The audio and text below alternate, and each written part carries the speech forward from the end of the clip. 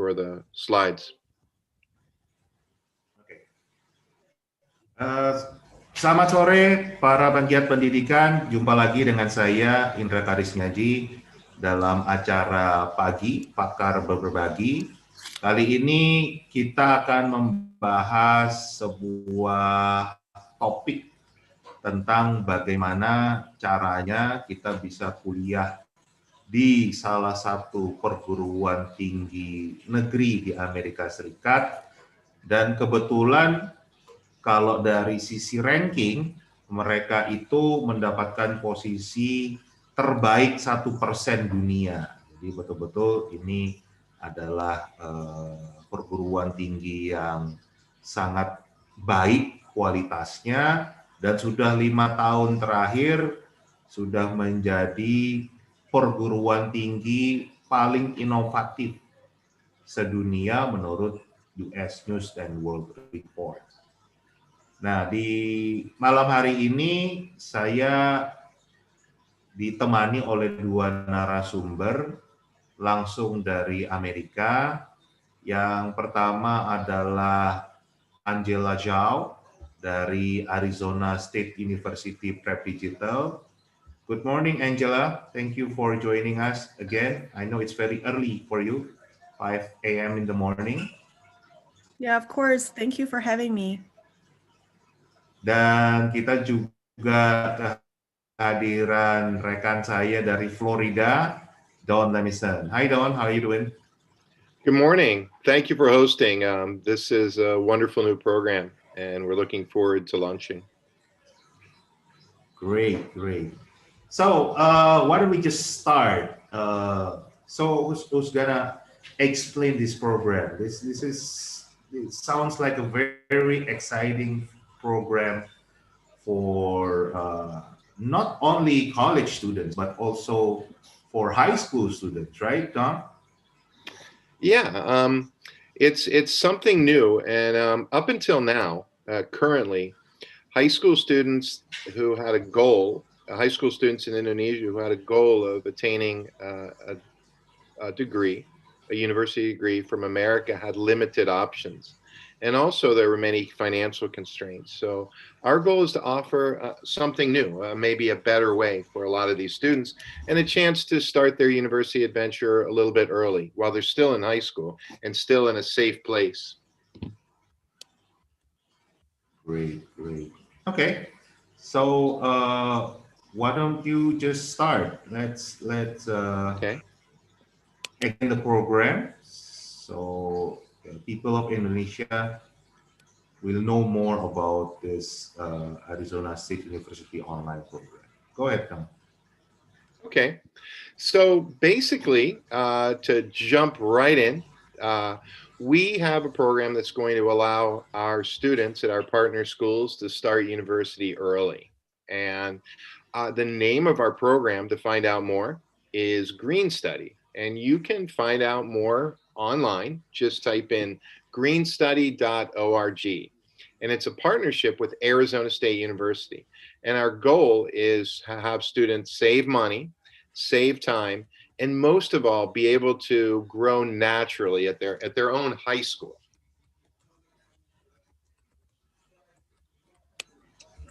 So the first thing I want to do is, and Angela and Pakendra, you can jump in with me, is talk about the current options. When students go to the US, there is the 2+2 option where they can spend their first 2 years at a junior college or a community college, or they can go straight to a 4-year university. And right now, that is the way they can go.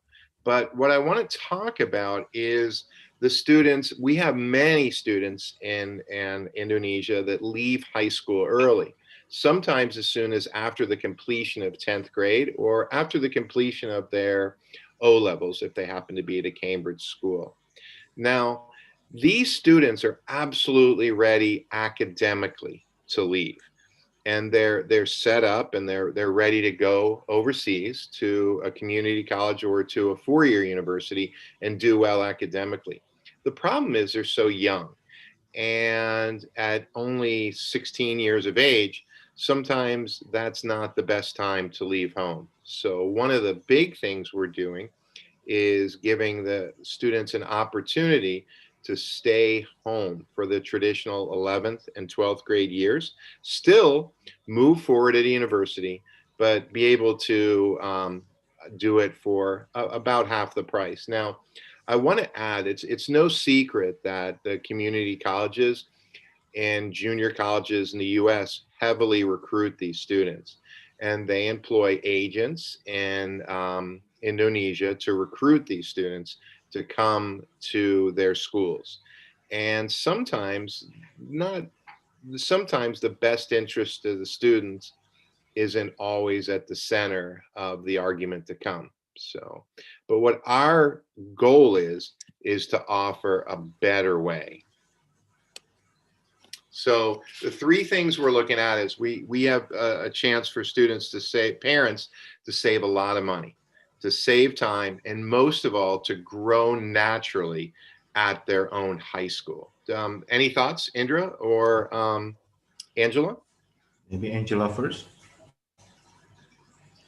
Yeah, I just, this is not, it's a program that we're launching here today in Indonesia, but this is not a new program for a lot of the students in the United States.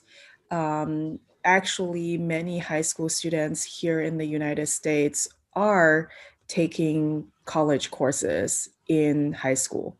So, it's something that it's been going, so it's a very mature program. We want to offer it to students outside of the US because it has been working so well for students within the US. I mean, even students in the US are facing similar sort of transition challenges, right? From high school to even just to a neighborhood community college, or driving 4 hours to a state college, or a bigger university, 4-year university. So this is really designed for students who might take a little bit more time to transition to college for that better experience. Okay, so I mean well, Angela, earlier there is a question from like our friends from the media, asking what is the situation right now during pandemic with college students, higher education intake in the US. Did that change at all? Did this pandemic affect everything that is going on there? Or can you share a little bit? I mean, any sort of educational institution who have been around, I mean, education has been around for so long, right? I don't think it's probably similar to the system in Indonesia. It's hard to change. It's not something that will change overnight. It's not something that will even change over a year, right? The way that we deal with pandemics, this is obviously drawn out to be a longer challenge to deal with. But the way we deal with disasters and the way we deal with, whether it's a sudden disaster like a tsunami or a pandemic that's lasted so long, we want to normalize everything, right? We want to tell ourselves that everything will be okay soon. Everything will go back to normal soon, right? And the normal being whatever the traditional way of offering classes is. Well, I mean, I know that all of the universities here have actually finished the year early. So all the students are back home now, right? ASU has already closed, so they have finished early. But this whole year has been a challenge even for universities who have already put students in the online environment. Because the thing is, what we're doing is to prepare students for whatever is coming ahead of them. But universities were not prepared to actually turn the machine around so fast, right? Because it's so gigantic and it's so traditional. It's so conventional. It's hard to turn this machine. So even though I do think that there have been differences where schools are obviously, any international student would know, schools are obviously offering options for them where if they cannot attend school in person, they are able to do this at home, right?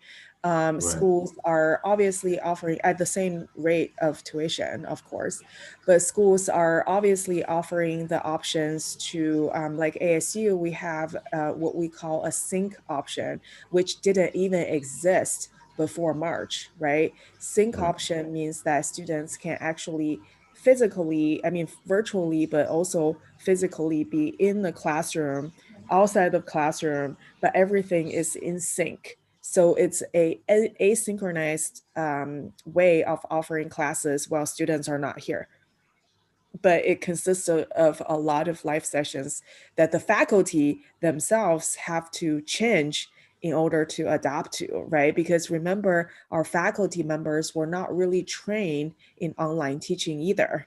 Right. So everybody's kind of adapting to this new norm and figuring things out. But what that does is once it leads somewhere, right? Once the students are taking things a certain way, taking classes in a different modality, it's going to be hard to change back because this is not, we didn't experience this for a month. We have been experiencing this for an entire year. So schools now have invested money to have all these mechanisms and systems in place to allow students to do this in the distance, from a distance, right? So they're not going to say, come January, oh, there's a vaccine, so we're no longer going to use this. No, they have already invested money in this. So this is already a full-blown sort of operationalized strategy for all of the universities. So I believe personally that universities will start to offer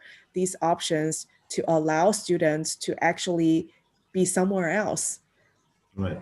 And still take university courses and still be able to be part of the university, because they also realize that, even though, it's our life, sort of the happenings in life are not a pandemic, but there are life happenings, right? We have students who have to go back and forth from Mexico and, the Arizona. We have students who have to go home in the middle of the semester. They have to defer their study, right? But now they don't have to, because the learning can be continuous because the system actually allow us to do that, right? So I think a lot of things are not going to be easy to change, but a lot of things have changed. Okay.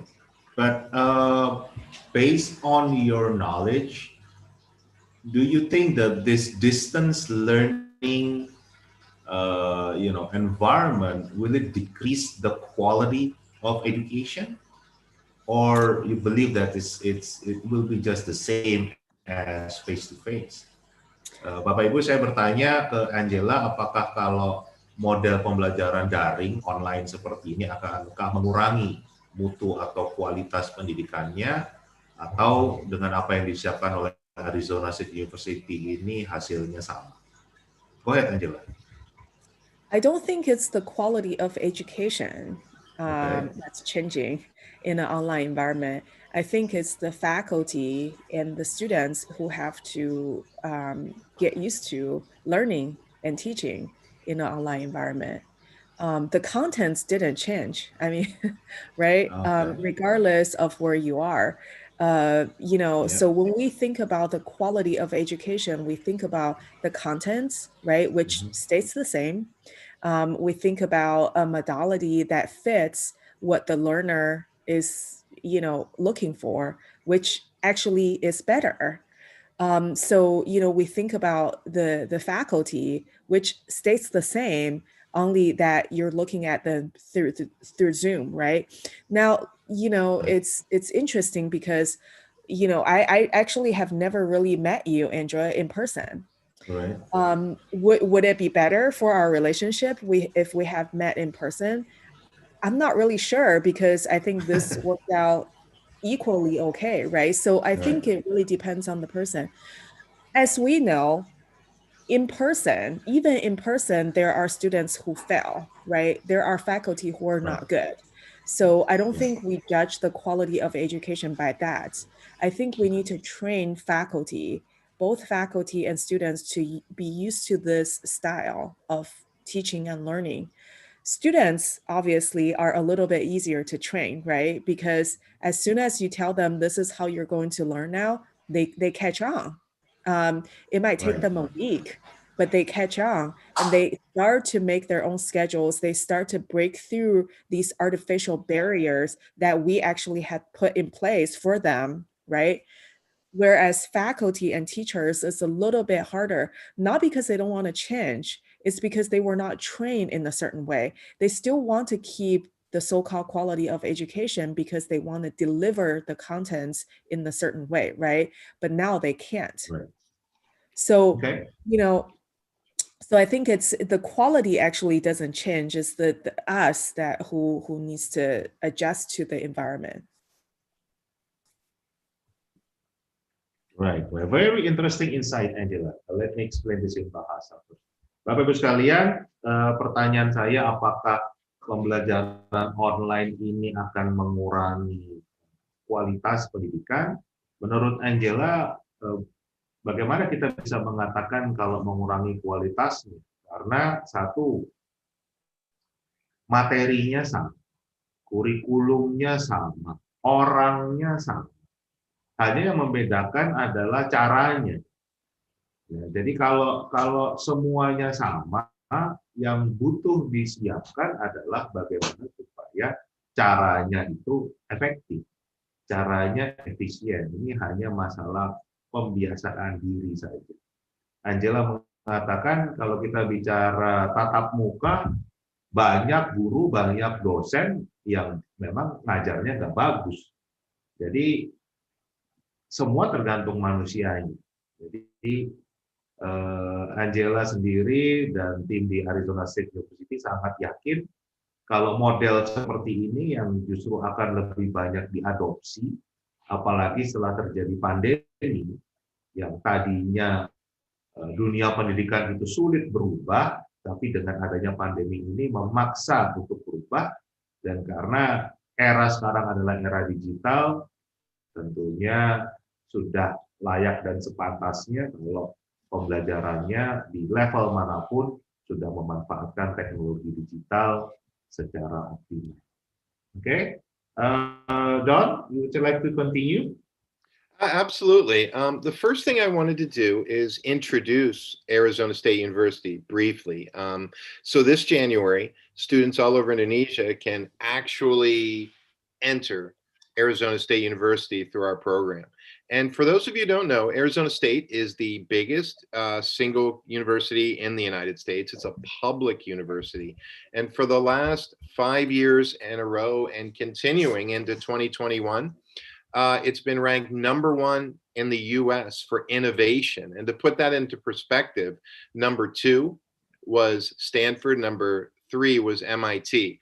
It also ranks as one of the world's top 1% universities, according to the Times of London. So it's a really amazing place. It's super big, and it's located in the 5th largest city in America, Phoenix, Arizona. So let me just, I wanted to share. Can you hold on a little bit, Don? Let me use I'm bahasa to explain what you. Jadi Bapak Ibu sekalian, Don akan memulai dulu dengan memperkenalkan Arizona State University. Tadi sudah saya sampaikan sedikit di depan, tapi saya jelaskan lagi. Arizona State University ini adalah sebuah perguruan tinggi negeri, jadi PTN, bukan PTS di Amerika Serikat. Terletak di negara bagian Arizona, kotanya adalah Phoenix. Phoenix itu adalah kota terbesar nomor 5 se-Amerika Serikat. Nah, Arizona State University ini kalau bicara kualitasnya, mereka menurut The Times of London itu menempati ranking 1% teratas universitas terbaik di dunia. itu menurut Times of London. Jadi kualitasnya betul-betul diakui ya. Nah, untuk urusan inovasi sudah 5 tahun berturut-turut menempati perguruan tinggi dengan inovasi terbaik se-Amerika Serikat menurut US News. Nah, untuk sekedar tahu saja, nomor satunya adalah Arizona State University, nomor duanya adalah Stanford University, dan nomor tiganya adalah MIT. Jadi betul-betul kalau urusan inovasi itu Arizona State University adalah nomor satu. Nah, itulah juga kenapa mereka punya program online seperti ini. Okay, go ahead, Don. Sure, sure. What I wanted to do is share a quick video that just gives you, very short video that just gives you a feel of this place. It's really an amazing place. It's progressive, and it's just, oh, I forgot to mention, Arizona State has more foreign students than any other school in the US.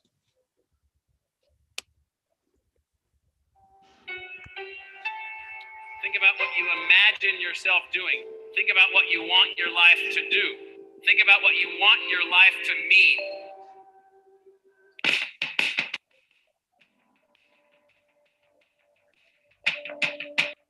What we have constructed for you is an institution that is focused on enabling your dream. At ASU, I feel like I have been exposed to a lot of opportunities that I would not have been exposed to elsewhere. I've been able to connect with so many professors. You just feel so connected because you can tell that the staff and the employees, they all care about you. We have hundreds of degree programs. We can synthesize and connect and link them together. Fantastic undergraduate research experiences and creativity experiences. Over the course of 15 months, I went abroad, thanks to ASU. I learned as much in those 15 months as I did in the 18 or 19 years of my life before that. You're at the place where there's this intense energy focused on you. ASU is the place where you can come and dream about anything, focus on anything, and move your life forward. If you really want to go to America's fastest, highest energy institution, ASU is the place for you.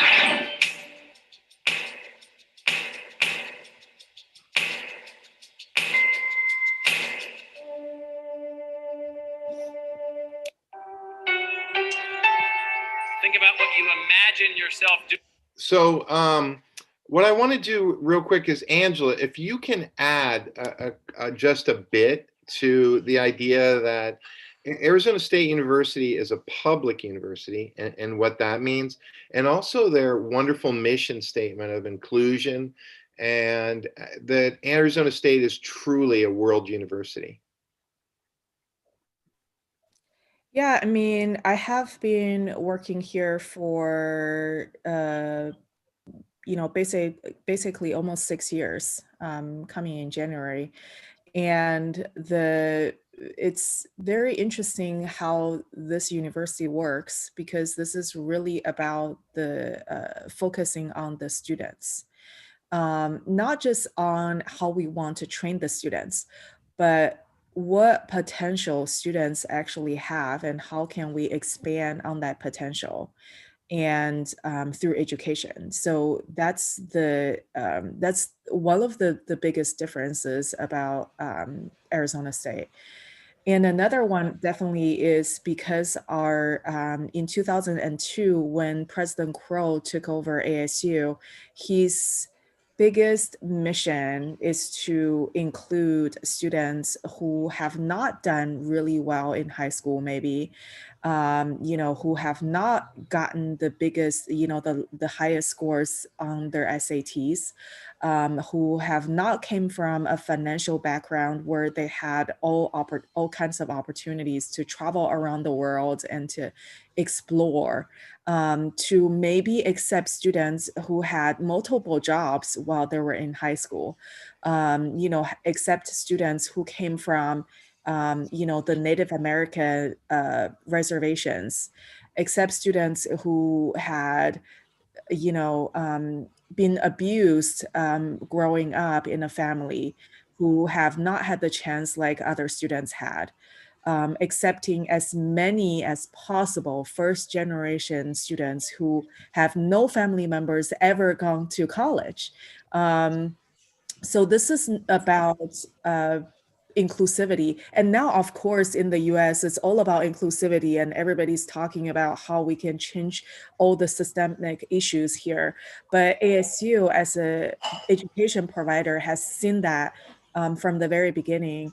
And I just wanted to quickly say that, besides President Quirrell, we have actually just announced 3 new provost positions, provost level, vice president level positions, who are women and who are minority women. So, talking about systematic change, you have to make it from the leadership. So as you know, the reason that we have been voted #1 in innovation for so long, for 6 years, and that's not an easy position to take, right? It's always #2. I think it's always easier to take because, first of all, there's all the questions are on #1, and also you have always room to improve, right? Because you have someone to catch up to. But #1 is always hard. Being #1, if you have ever been #1 in a classroom or have a #1 record, it's a lot harder because you have to uphold that record. So you have to continue to innovate, right? So the innovation actually goes into everything. It goes into the way that we can transition over 120,000 students to online environment. It goes into daily COVID testing for our students, right? It goes into managing big data. It goes into allowing students to actually start their own majors, allowing students to actually combine the knowledge that they learned at school and have participate in project-based learnings, right? We actually, besides the traditional academic, in a sense, degree programs that we offer, we also have numerous innovation centers around Arizona. So our students can actually continue their work, right? We actually helped students to start their businesses. If you check the US Patent Office, ASU is actually #1 university that filed the most patents for students and faculty member in the past 2 years. So there's a lot to be said. It's a different experience for everyone, but there's a lot to be said about the university experience here. Okay, very nice, Angela. Bapak Ibu sekalian, jadi Angela tadi menjelaskan kenapa Arizona State University itu menjadi perguruan tinggi yang paling inovatif.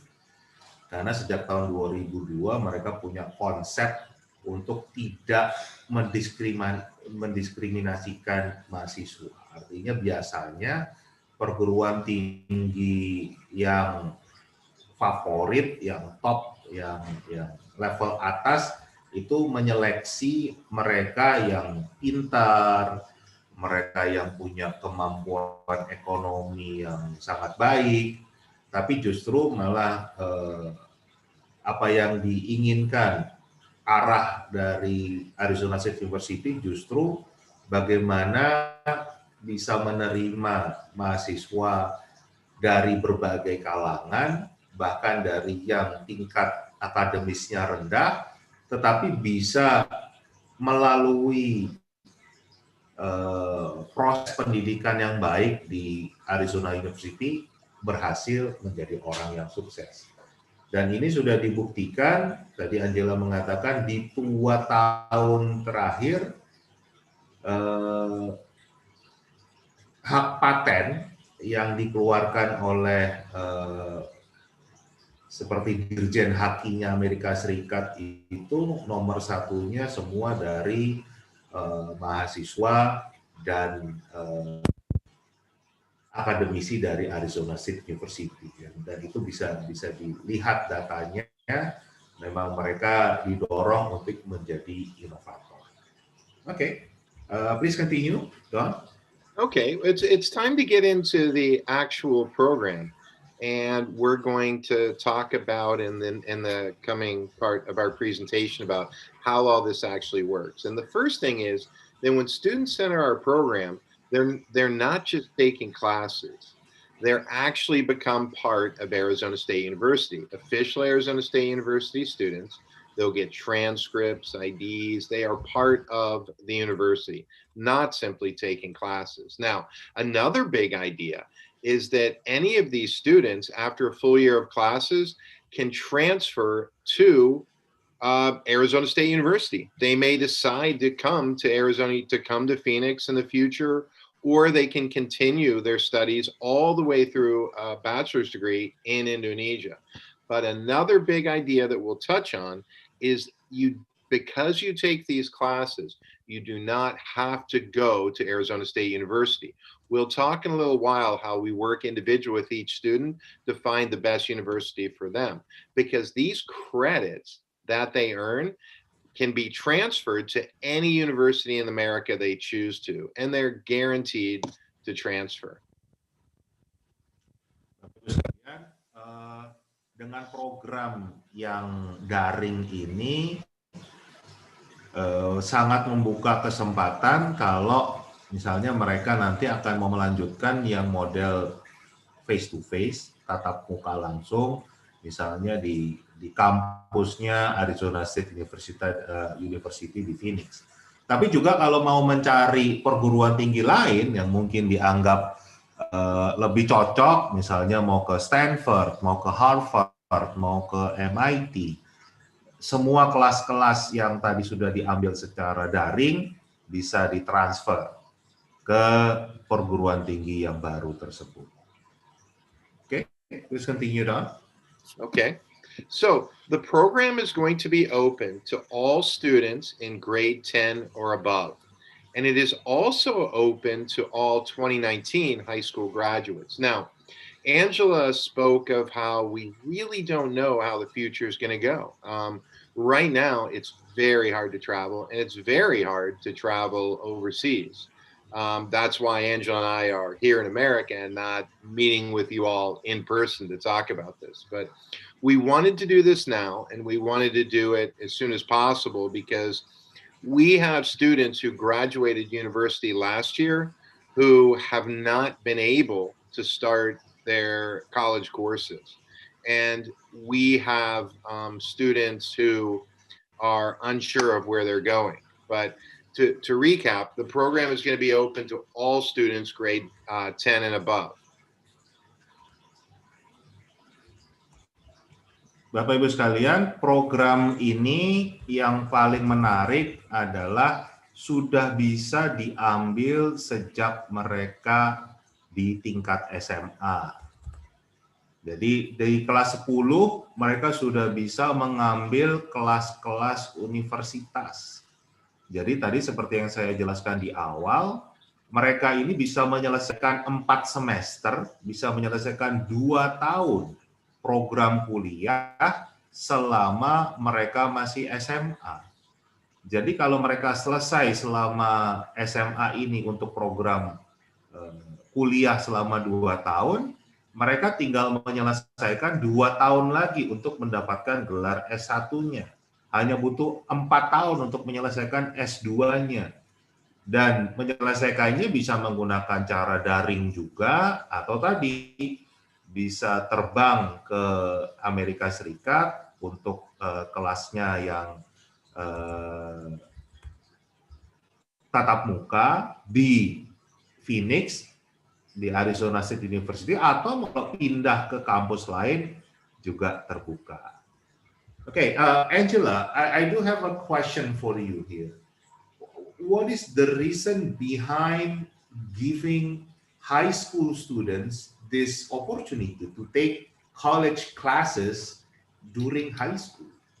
Why? I mean, this is the first time I heard of it. Actually, like college level classes are allowed to be taken by high school students. Any reason behind it? Yeah, that's a really good question. If you look at sort of the recent years, the college going rate, right? I think From a parent's point of view, they will love to have their students go to college, right? We all know that having a college degree actually means a different pathway, maybe starting at a higher step career in career development and career preparation. So I think college, we all know, is sort of this now essential for your lifelong success, right? Right. Even students who have not really finished college, for example, ASU has this program with Starbucks for students who are working at Starbucks, right? They for some reason, I mean, if you look at the commercials, it's really tear jerkers, right? These students actually had things happen in their families and they have to drop out of college and they didn't get to continue. So ASU actually worked directly with Starbucks to establish this program where all Starbucks employees actually receive their college, undergraduate degree through ASU for free. It's not really for free because Starbucks actually pay for them, right?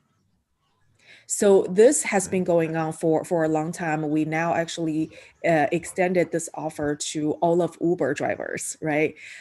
So this need to have a college degree in order to sort of advance and obtain skills that will be helpful in the future is very real, right? And more, I think degrees, even after the pandemic, I think having a degree will be very important for students, right?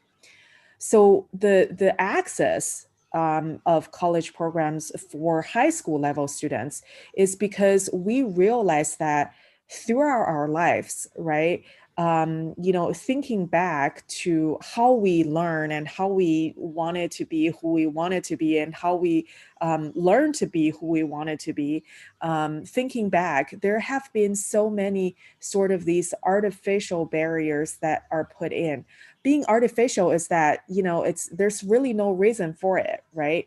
Meaning that, in a long time ago, I remember that, at my college, there was a 17-year-old, right? I mean, I entered college when I was 18, but there was a 17-year-old taking college courses. Oh my gosh, it was just all over the news, right?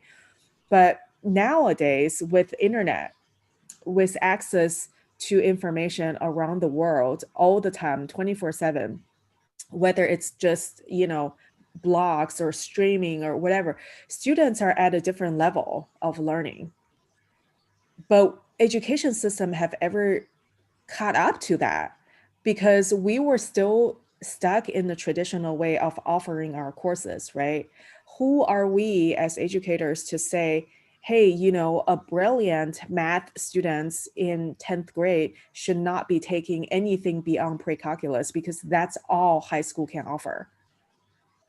I mean, I don't think we can make that statement these days, right? Because students will find their ways and find access and find, solutions on their own. So the way that Arizona State University is offering programs to students, we're not saying here is a class, just take it.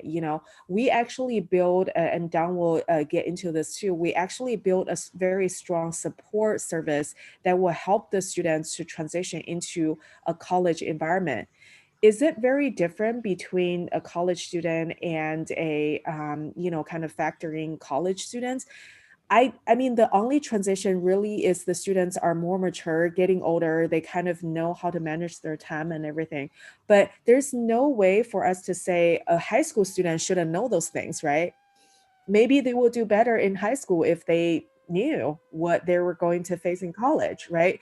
So I think there's a lot of things that we're doing by giving access of college programs, college level experiences to high school students. Remember, we call them high school students because we have this artificial barrier of, I don't know if you guys are hearing the noise,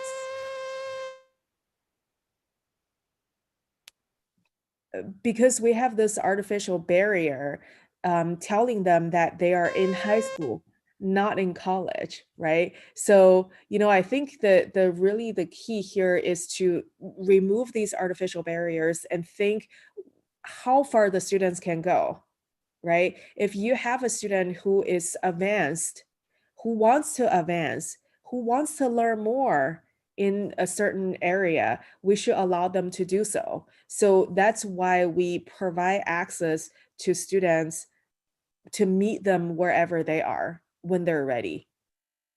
Well said.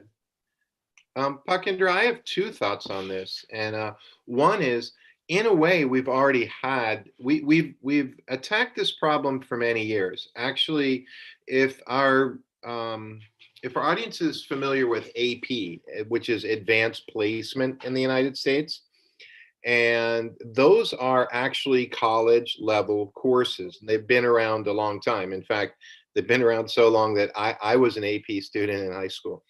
But also the SAT-2 exams, where you can take subject area tests for possible credit to university, or even there are Cambridge exam scores and programs and IB scores, tests and programs. But all of these programs currently offered have a couple things in common. One, they start with a university level course, like the AP course. You take the AP course for a year. And then when you're done with that course, you sit for a one chance high pressure exam. They take that exam and the students get a score. On AP, it's 1 through 5. Now, that score just goes into a bank. It's not direct college credit. And what happens is, in the future, when they enroll in a college, the college they enroll in will make a decision on whether or not to even give credit, and if so, decide how much credit to give. Okay, this program is totally different. Instead of a grade where you may or may not get credit in the future and you're not sure what you'll get, these are actually, you're actually a university student. It's like you went on a magic carpet to Arizona State University 5 times a week, and you earn an actual credit. You get a transcript, an official transcript, and that it's done. That class, whether it's freshman English 1 or general chemistry or calculus for engineers, it's done. You can transfer that, and you're starting to move through university. Now, in Indonesia, we have some amazing private schools. We're currently working with a school in Central Java and Surakarta in Solo, Regina Passes, and students there are taking American high school classes now, and they'll move on to these classes. So these are students who are ready, they're ready academically. But the question has always been, are they ready socially? Are they ready at such a young age to leave home? And nowadays, can they even leave home if they wanted to? So that's why this is very different. So, Angela, did you guys do any research for these classes? Will it be too difficult or too hard for high school students to take this? Or for them, it's actually, it doesn't really matter. They can take it.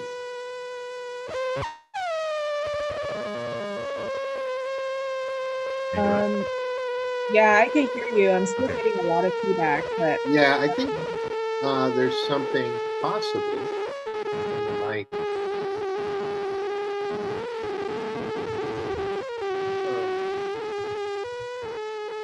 I'm gonna mute you for now. But yes, there has been a lot of research done.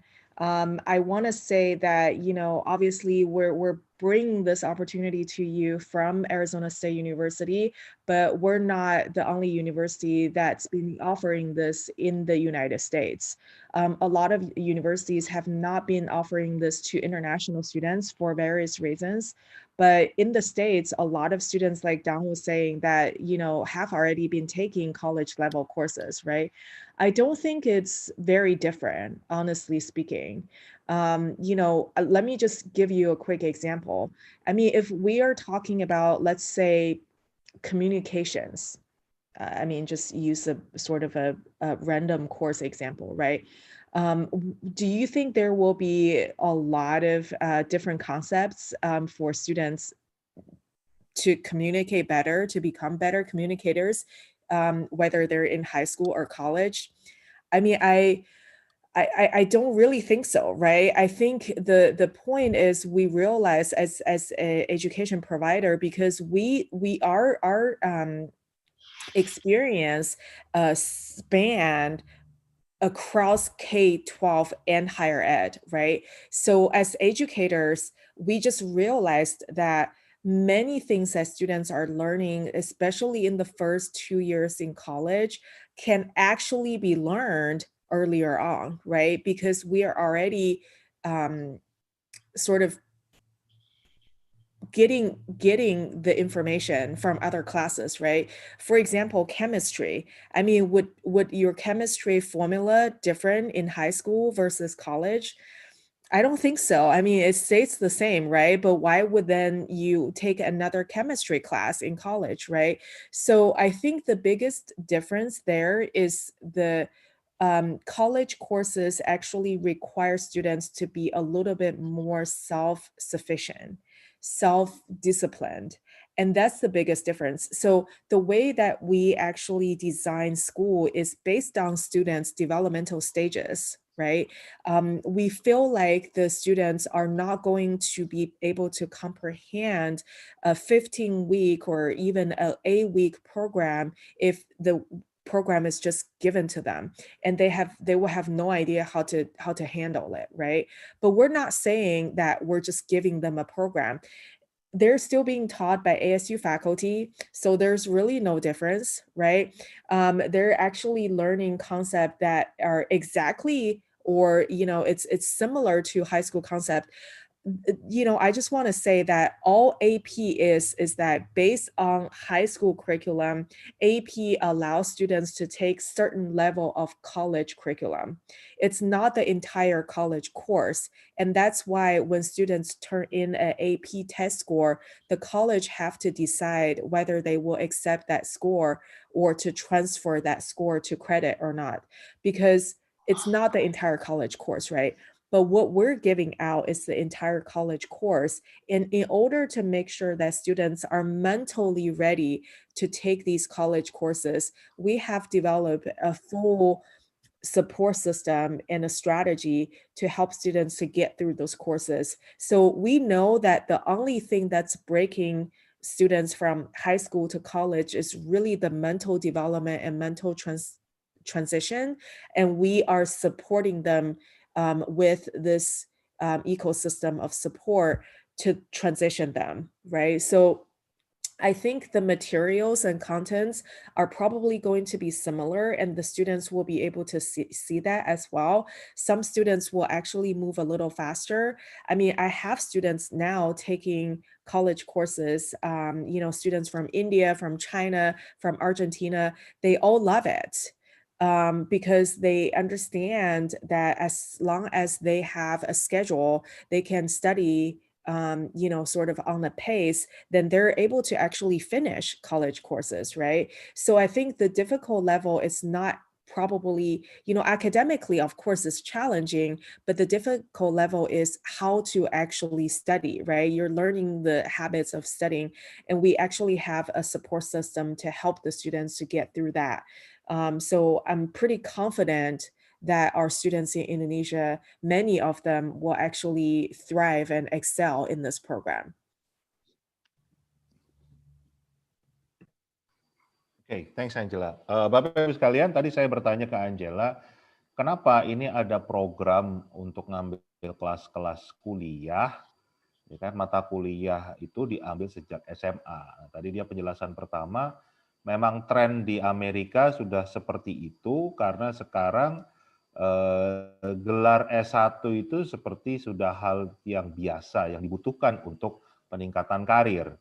Nah, sedangkan banyak sekali dulu orang yang nggak bisa kuliah karena kerja, kan gitu. Oh, tadi dia mengatakan orang yang kerja di Starbucks, kemudian sebagai driver Uber, tadi kan seperti itu. Nah, dengan mereka sudah mengambil kelas-kelas di waktu mereka SMA, ini akan memudahkan, mempercepat mereka untuk bisa menyelesaikan gelar S1-nya. Dan ini sudah berdasarkan riset, kalau tidak memberatkan dan malah bisa membantu mereka dalam proses transisi dari pelajar di sekolah menengah masuk ke pelajar ke perguruan tinggi. Okay, please continue, Don or Angela. Sure. Okay, so when the students begin, the qualification for classes, for instance, which classes they can take, will be handled individually. And it will be based on the student's high school work and abilities, meaning when a student wants to take a particular class, we will meet with the student, we'll take a look at their high school work, and then there also may be some for instance, with mathematics, there will be some placement tests, but as far as if the student is qualified to take the class, we're going to handle that very personally and individually, directly with the students. So, Don, there is no, like TOEFL requirement, like test in order to be accepted in this program? No, it will anything be like direct. that? And that's a big difference because, and we'll talk about this a lot in the coming slides, but ordinarily the student's totally on their own. They've got to, it's very complicated to apply for classes. Because we're working with our partner high schools, we'll be able to qualify students individually. So it will be individually, and we have a team at ASU that will determine whether or not a student is able to take a certain class based on their high school work and their current abilities. And what's great about that is there's nothing more important than student success. The last thing you ever want to do is set up a student in a class where they can't do the work. So this is pardon me, trying to find the words. This is something that will make things a lot easier for the students and ensure that they're ready to take the classes that they want to take. Oke, Bapak Ibu sekalian, penjelasan Don ini untuk bisa kualifikasi ikut program Arizona State University ini, apakah ada hal khusus, apakah ada tes masuknya, apakah ada tes TOEFL-nya? Ternyata tidak, karena tadi filosofi yang diambil di Arizona State University ini adalah bagaimana bisa menerima siswa dari berbagai macam latar belakang dengan kondisi yang bermacam-macam, tetapi bisa dididik dengan sistem yang baik sehingga mereka berhasil. Jadi tim dari Arizona State University akan membantu setiap siswa untuk bagaimana bisa mengikuti program ini dan bisa lulus dengan baik. Itu yang akan dilakukan dari program ini. Oke, Don, please continue. Okay. So students might want to register for only a single class, or some students might decide to dive in and take a full semester of classes. That's their choice. They can take one class, they can take a full semester of classes, or anything in between. It all depends on the individual student. And another thing is that these classes are taught by Arizona State professors. These classes are actual ASU classes, full official, full transcript. Bapak Ibu, seperti tadi sudah saya jelaskan, semua kelas-kelas ini betul-betul kelas yang diajar oleh profesor dari Arizona State University. Jadi bukan hanya materinya saja, tetapi proses semua memang betul-betul dilakukan oleh profesor dari Arizona State University. Itu yang tadi Angela berani mengatakan, kalau bicara kualitas harusnya tidak perbedaan, karena manusianya yang melakukan sama, materinya sama, kurikulumnya sama. Okay, Don, please. Okay. Continue. And the most important thing is these students are never, ever alone. They're part of a family. And that is the biggest difference. And we're going to get into the idea of blended learning. What this is and what it is not. What this is not is simply families with their students logging on only by themselves and simply taking an online class. It's blended learning. So, and what we will provide, and we're going to go through these one-on-one, is partner school support, what we call success coaches, university planning counselors, classmates worldwide, and personal mentors. So if you want to touch Pakendra and Angela on the idea that, before we go through these individually, is the idea that the student is never alone and the student becomes part of our family.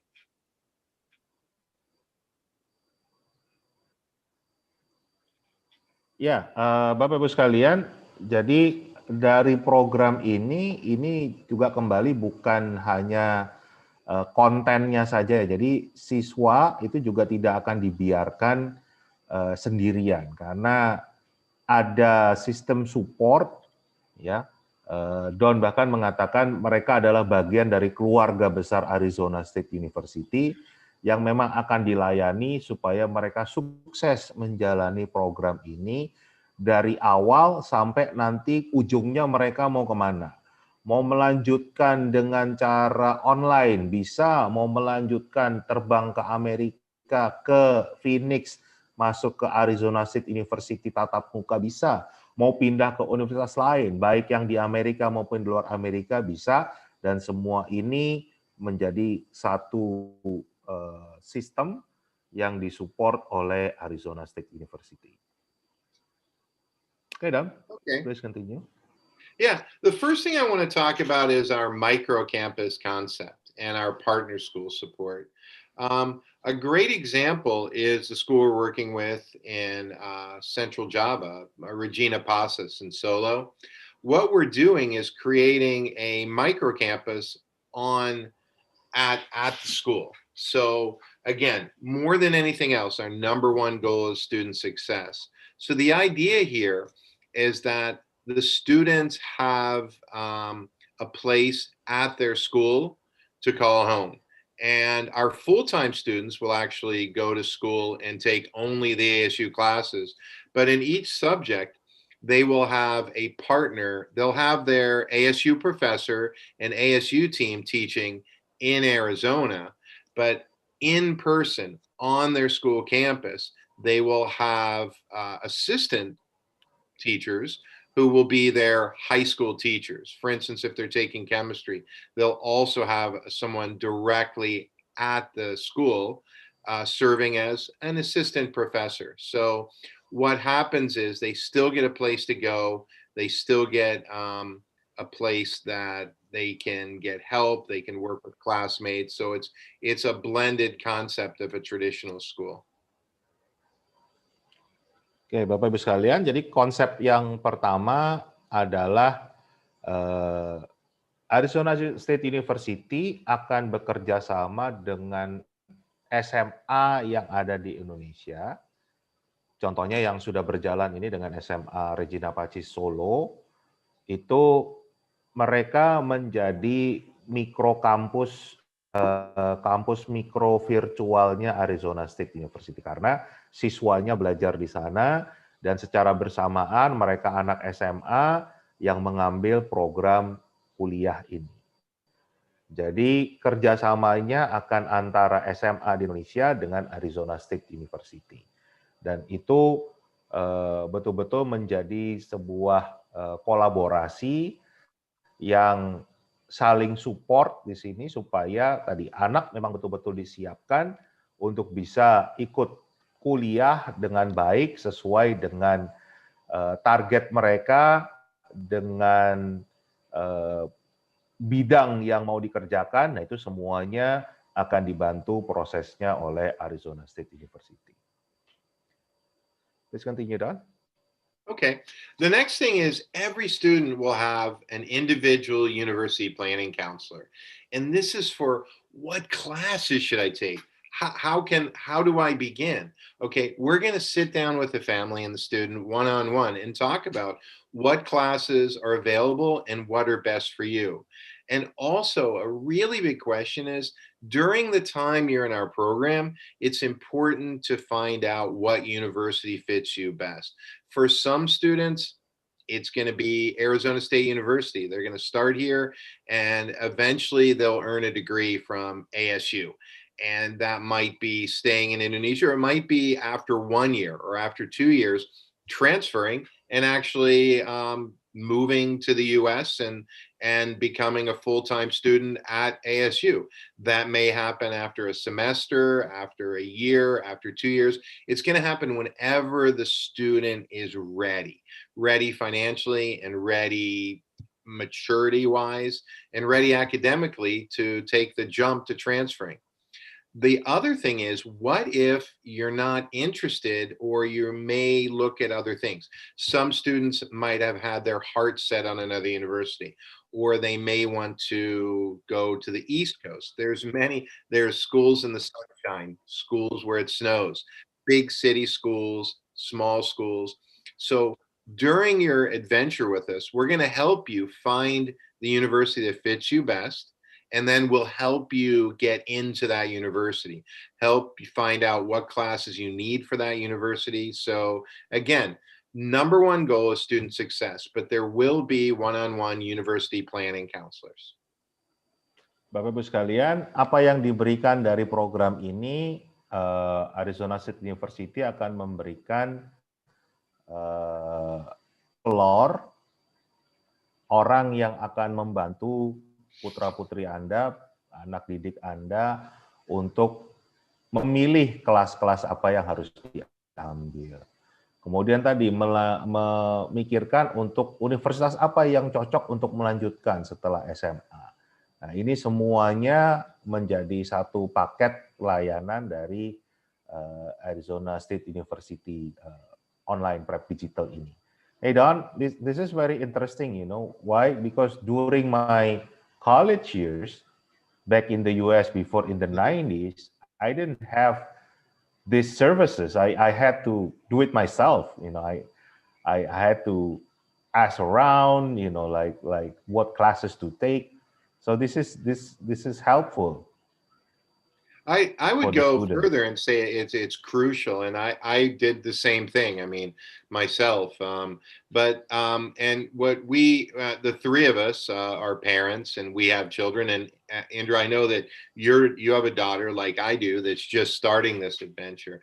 But you need to everything. If our goal, if we are truly going to say that our goal is student success, then the most important thing is having them prepared. So, and you've got to begin with the end in mind. What are your goals?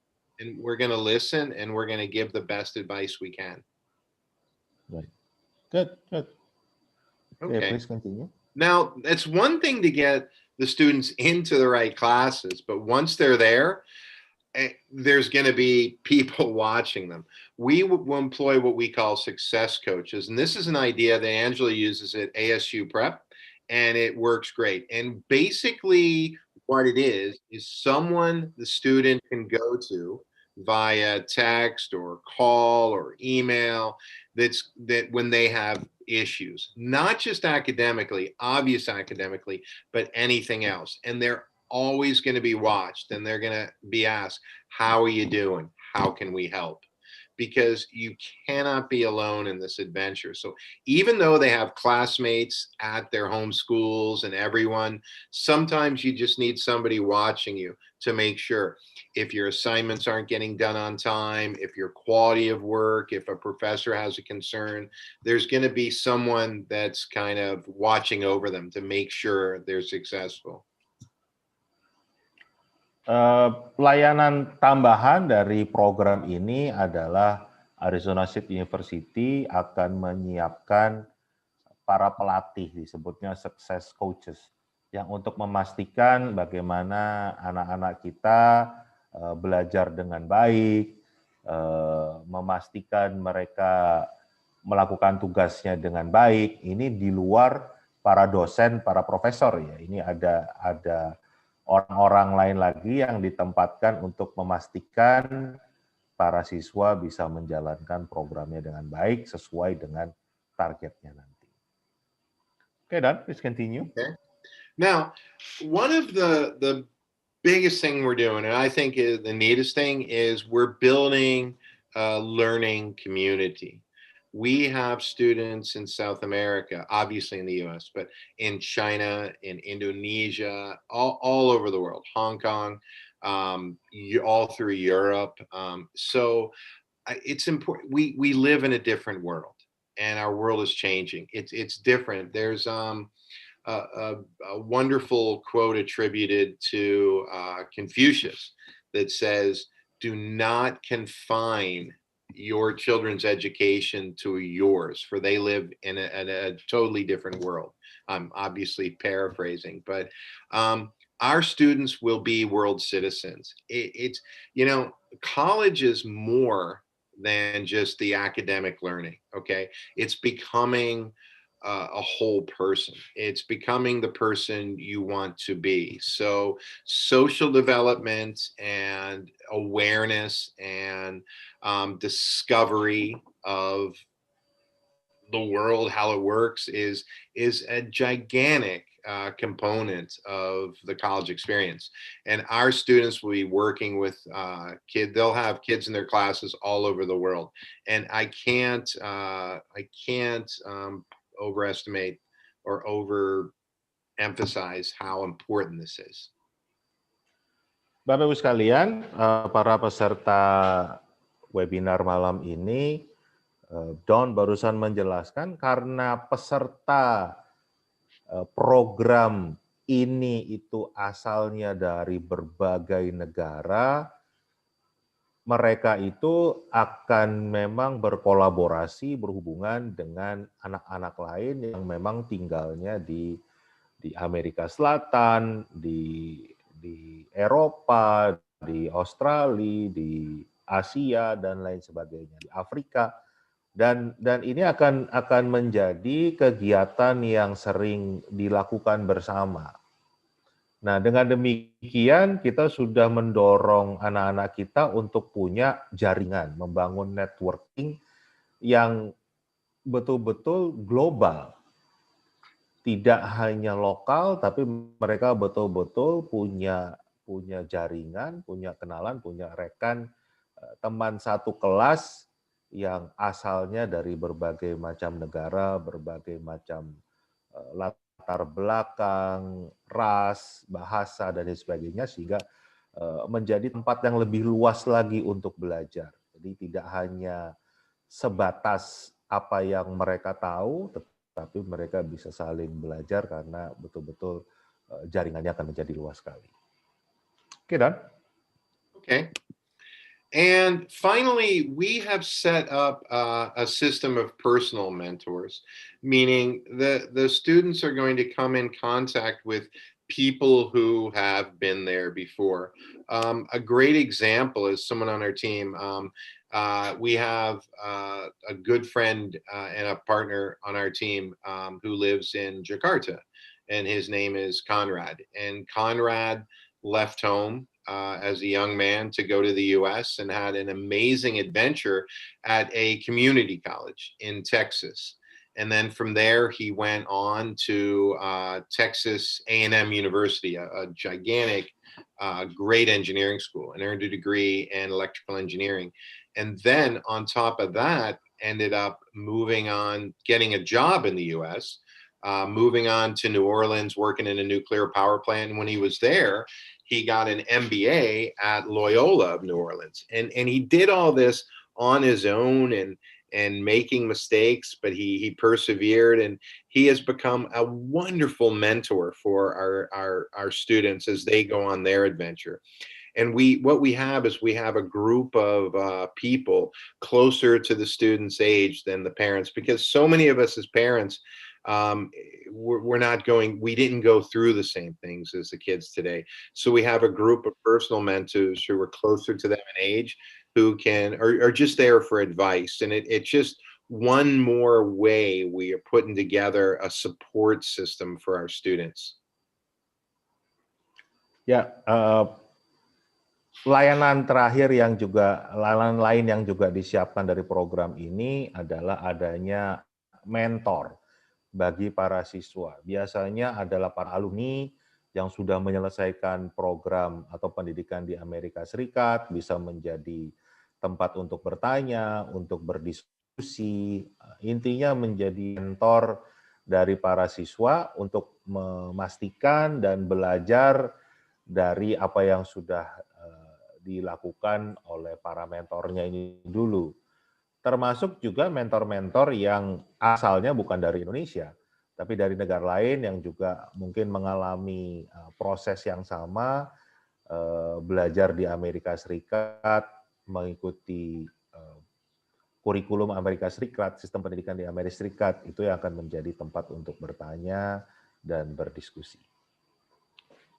Okay, Don, please continue. Yeah, so just to recap, our students, what we've done is built a system of support that includes partner schools where the kids, their home school becomes their campus away from Arizona State with the support, expert support of teachers to help them academically. We have university planning counselors, success coaches, classmates worldwide, and personal mentors. So all these go together to form our support. Now, basically, to sum it all up, there's two things. For parents, this program comes at an absolutely incredible cost savings, less than half the price of going to a U.S. community college, and maybe 1/5 or 1/6 the price of a four-year school. But more importantly, it allows our high school students to grow naturally. Like I said, if you're a great high school student in Indonesia, you face a lot of pressure, especially in cities like Jakarta, to leave home early. To leave home early and come to the States for a lot of reasons. To save money and to move on with college. But sometimes that's not the best thing for you at such a young age. So what we're saying is, here's another way, a way to stay at your home high school, but still take the academic benefits of attending not just a university, but a great public university, one of the world's great public universities. So you can stay at home at your home high school with a tremendous support system and begin college early. And as far as parents go, like we said, a wonderful cost savings, but more importantly, allowing your child to grow naturally and take those 2 years, the 11th grade and 12th grade year, and take everything your homeschool has to give. The clubs, the friendships, the just ways that we grow up. And then when you do come to university, say at the traditional age of American students at 18, after 12 years of school, you're coming with possibly up to 2 full years done at a tremendous cost savings. So that's a kind of a recap if you want to possibly talk about that, Pak Indra. Yes. Sebagai kesimpulan, Bapak-Ibu sekalian, program ini yang jelas memberikan manfaat yang besar. Satu, dari sisi biaya, karena biayanya sudah disiapkan untuk kondisi di Indonesia. Jadi memang saya sampaikan ini harus biaya yang terjangkau. Jadi mereka sudah sepakat biayanya itu yang paling murah, ya, jauh lebih murah dibandingkan program-program lain yang ada. Dan juga ini cepat waktunya, karena tadi bisa diselesaikan 2 tahunnya saat anak masih SMA. Jadi kalau mau menyelesaikan S1 tinggal butuh 2 tahun lagi. Nah, 2 tahunnya pun nanti bisa memilih mau di Asia atau mau di Amerika atau mau di negara lain, karena tadi kelas-kelasnya, mata kuliahnya bisa ditransfer. Jadi program ini memberikan fleksibilitas dan oportunitas yang tinggi bagi mereka yang ingin tentunya belajar dengan program dari luar negeri, dari Amerika Serikat khususnya. Please continue, Don. Okay. Well, basically, I wanted to do a little bit of Q&A and also let people know that it's really too much to just two things. It's kind of too much information for a short webinar, but more importantly, we need to talk to students one-on-one. So what you can do is you can send an email to info@ugeducation.org, and we will set up a time to talk to you individually if you're a parent or a student, to find out more about your specific needs, because in the end, every child is different and the program that's best for them. Or if you're a school and you'd like to partner with us, please reach out to us, and we'd like to set up a program with you and tell you everything you need to know. And the other thing I'd like to add is why this is possible is basically we're a group of Indonesian American friends who are trying to find a better way. And it's important to understand that this is a nonprofit effort, that Arizona State University is a public university. So that is, and there's just some, when you work with us, you're going to come into contact with not just Angela and Pakindra, but some absolutely amazing people who are really trying to change the way that our kids can earn a degree, and also are really trying to make all of this more accessible. Oke, Bapak Ibu sekalian, ini adalah penutup dari paparan Don dan Angela. Untuk pertanyaan dan informasi yang lebih detail, Bapak Ibu sekalian bisa mengirimkan email ke info@ugeducation.org. Itu adalah tempatnya Don, dan nanti bisa mengatur pertemuan yang lebih serius, bisa per siswanya atau per sekolahnya. Untuk program ini bisa menjadi program dari sekolah Bapak Ibu sekalian. Dan selanjutnya kita akan membuka untuk tanya jawab. Ada beberapa peserta di ruang Zoom ini. Saya memberikan kesempatan untuk jika ada yang mau bertanya, bisa raise hand atau langsung membuka mikrofonnya, bisa bertanya. Mungkin dari Bu VB atau yang lainnya ada yang mau ditanyakan?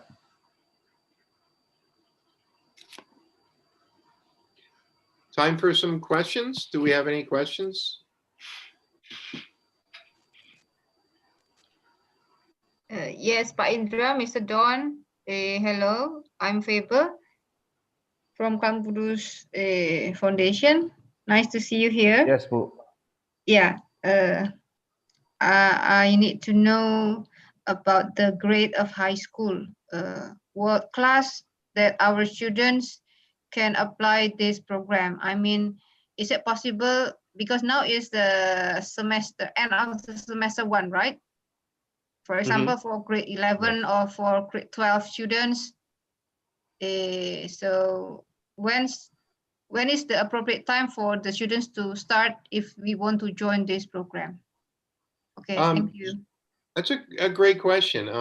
Because the students are in high school, university is a little bit different. You collect credits. So there'll be 3 times a year a student can enter: in the fall, traditional fall, in the spring and January, August, January, and then there's also a summer term.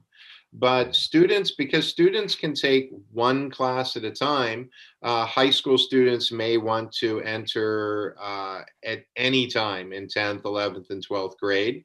They may take a class that they're excelling at, like for instance, if they're ready to take a university math class or a university chemistry class, or they may decide to enter full-time. So it's open just about any time during the year. Now, our first semester that we're doing this project will start in January.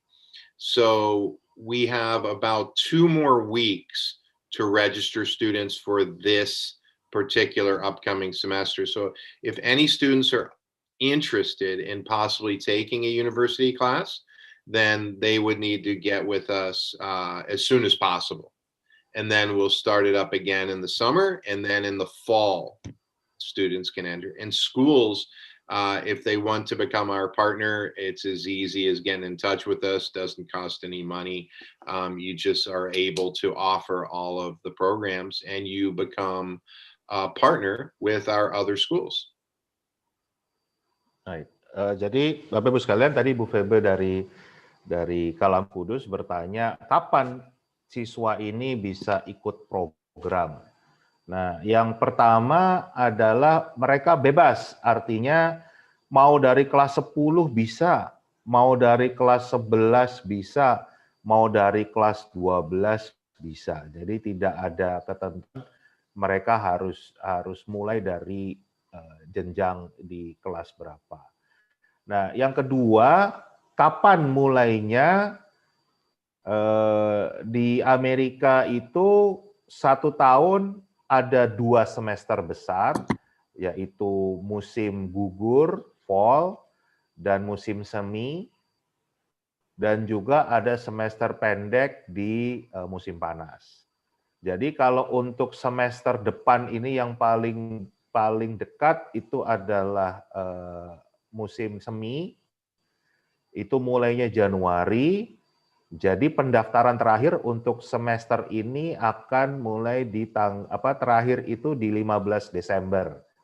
Jadi kita punya waktu 1 minggu jika sekolah berminat untuk ada beberapa siswanya yang sudah mulai ngambil program universitas ini.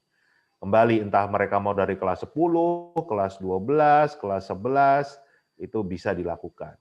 Jadi semester musim semi ini akan mulainya di Januari, pendaftaran terakhir itu di tanggal 15 Desember. Nanti ada semester pendek di musim panas, dan nanti yang semester yang normal lagi di musim gugur. Mungkin sudah menjawab pertanyaannya, Bu Febe? Yes, sir. Thank you for your explanation. Okay. Thank you. Any other questions in the chat, perhaps? Do you see, Parkendra? Yeah, I think there are some questions in the chat, and one of them I want to address is the students who are taking up this program will be taking classes from the same faculty as students who are attending classes at ASU. So there's really no difference. And as far as majors, I want to address that a little bit more because, as we all know that students at that age is still in a discovery stage. We don't want to, the classes that we want students to explore are helping them to transition into a more successful college career. This is, it could direct them to a specific major area if they want to explore a little bit more into the major, but we also don't want to dictate their major choices by giving them certain classes to take. So we have developed a list of classes specifically for the first year of the program so that students are able to actually explore these majors a little bit more in the introductory level. So, we're not going to put a list together that's, for engineering majors or for communication majors, because all of these classes are suitable for a variety of majors that the students will select. And I think that's the key point here. That's a wonderful answer, Angela. And also to touch on in America, if you're looking to get a bachelor's degree, and we have an academic core that's required. For instance, your first 2 years of university, you're going to have to take a certain amount of English, math, social science, and science. And this is a really big idea. For instance, if Angela wanted to study engineering and Pak Indra wanted to study journalism, Angela might say, well, why do I have to take literature and humanities? I just want to be an engineer. And Pak Indra would say, well, I shouldn't have to take math and science. I want to be a writer. Well, the idea in America is for a well-rounded education, your first 2 years, you have to take everything. So those are some of the questions and how we can help you. So, and also so even if you are wanting to study engineering, you're still going to have to take freshman English. You're still going to have to take some history credits. You're still going to, and even if you want to be a journalist, you're still going to have to take some math and science credits. So there's just so much to learn, and it comes down to individual planning. But the idea that we do have general education requirements for the first 2 years. Ya, Bapak Ibu sekalian, kalau di Amerika itu penjelasan dari Angela dan Don, di 2 tahun pertama memang masih kelas-kelas yang disebut dengan kelas-kelas umum. Mungkin kalau di Indonesia dikenalnya dengan mata kuliah umum ya. Jadi itu yang di Amerika dilakukan, makanya program ini bisa diberikan bahkan waktu anak-anak masih SMA. Nah begitu masuk ke tahun ketiga, baru mereka akan masuk ngambil kelas-kelas yang dari jurusannya, jadi langsung spesifik ke jurusannya. Itu mulai fokus di tahun ketiga dan keempat. Nah inilah sedikit mungkin perbedaan dari sistem pendidikan di Amerika dan negara-negara lain. Oke, ada pertanyaan lain Bapak Ibu sekalian? Are there any more questions?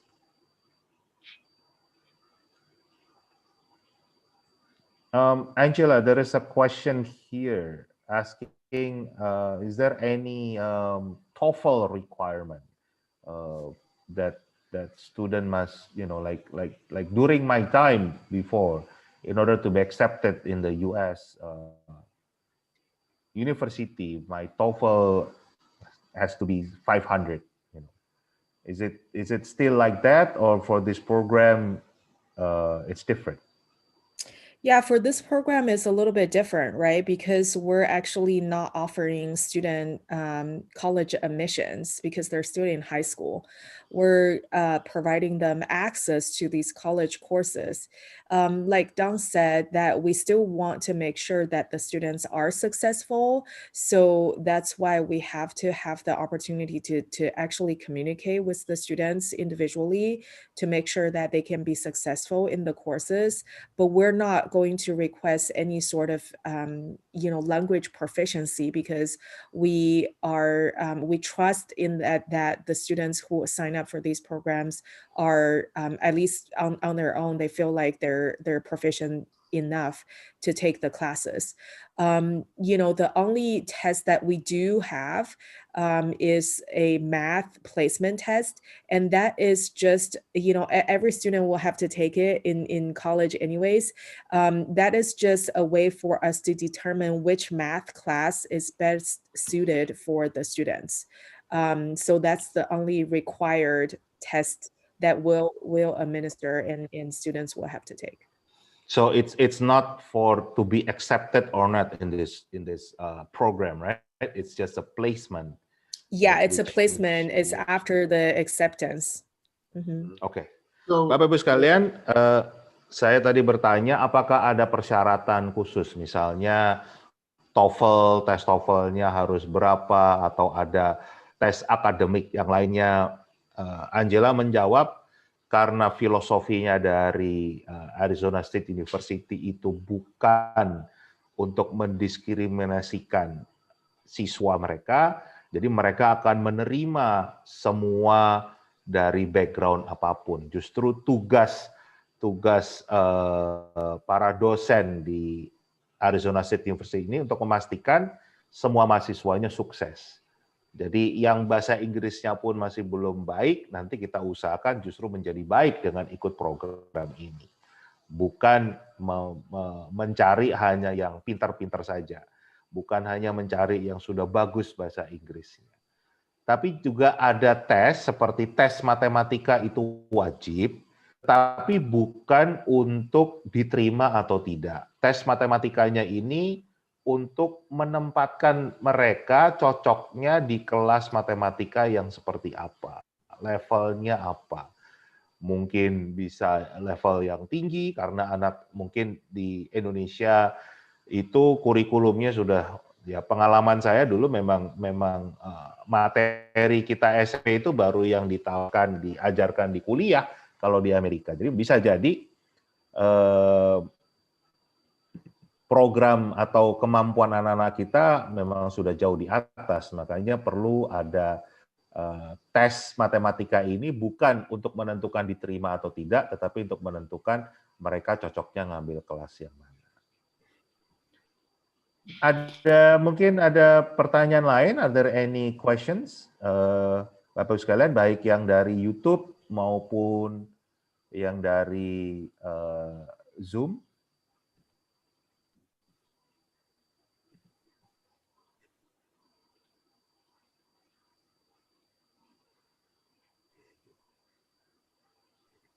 Okay, it seems there are no questions. Do you have any other thing to add, Angela? Yeah, I just want to quickly thank everyone for being here. Obviously, this is, this has been a very interesting but wonderful journey for all of us to get on. And we're all in this together. Obviously, this is, we're always hosting these webinars when we have something new to share. And we're just happy to launch this program in partnership with Indra and Don. And hopefully with access, your students will continue to thrive, obviously, but feel that they're just a little bit more competitive in this in this new world, right? In this new norm, because remember that without the standardized testing for the past year, students who are trying to enter universities outside of Indonesia or even within Indonesia might actually face challenges, right? So hopefully we have presented a way for them to find a little bit to gain just that little more competitiveness so that they can get into a university that they desire. Great. Thanks, Angela. Anything to add, Don? I would just like everyone, whether you're a school administrator or a parent or a student interested in learning more, please reach out to us at the info@ugeducation.org, or go to greenstudy.org and use the contact tab and just send us a note and we'll get back to you and we can talk one-on-one. So this is exciting. It's something that I think is really needed for a lot of students. It's going to allow a lot more students to get in.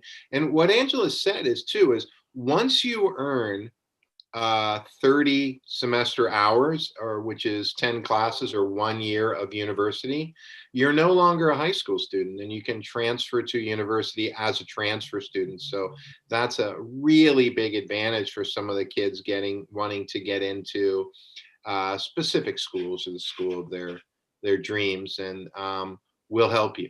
We're with you. And the biggest part of this is, like I said, the idea of blended learning and the idea that you're not alone and that it's a team. It takes a village. Great. Thank you so much for your time, Angela and Pakendra and everyone. Don, last thing, is it possible for you to show a glimpse of a clip, a video on how does it feel like student studying in this program? Maybe the biology course. I think that's a college course. It's a college course. Right? Sure, I can show a video, like possibly a student video of Angela had some kids put together some student tours of their classes, and I can show you one. And what this will be a student put together a tour of their biology course. Ya, jadi Bapak Ibu sekalian, ini akan ditunjukkan Don adalah bagaimana rasanya belajar dengan program ini. Ini yang mau ditunjukkan adalah kelas biologi yang ini adalah kelas universitas yang bisa diambil sejak mulai SMA. Okay, let me get it all set up here. If you know me, you know I'm not the best Zoomer. I'm not the best at this. So let me let's share the video. Okay. Okay, here we go. And again, this is what the now there'd also be different lectures and stuff, but this would be the idea of what taking a biology course. Yeah. This 2-minute course tour. Oops. My name is Emily, and I'm a full-time student. This is my dashboard, where I can see all my courses, my to-do list. Nah, Bapak Ibu sekalian, ini nanti modelnya seperti ini. Ini learning management systemnya It's a biology course Arizona I'm State taking, University. which means I get high school and university credit, which is pretty cool. Most of the lessons involve some interactive activity where I have to make choices based on what I learn. There are simulations, videos, and virtual reality activities like this one, where we travel inside a cell to understand energy transfer. There are no traditional tests in BioBeyond. Instead, my grades come from completing the lesson activities on each page. There is a final exam, so I take notes along the way and add them to the provided study guide. Most of the learning happens by doing. Usually, in each lesson, you're given a little bit of information and asked to try something. Here, I'm connecting DNA in the right order, hopefully. Every action provides feedback, so I learn from my mistakes as I go. The activities are usually followed by some questions that get more into detail about the topic, sometimes a little reading or video. Let's see if I can remember this. Yes.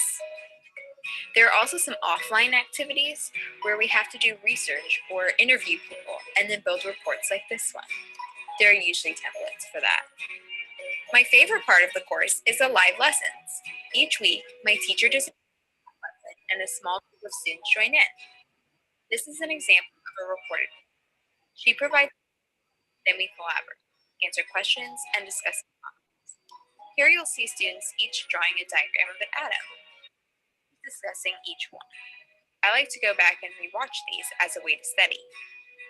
Well, my 2 minutes is up, so if you want to see more, contact an admissions advisor or check out another course tour from a parent or teacher perspective. Thanks.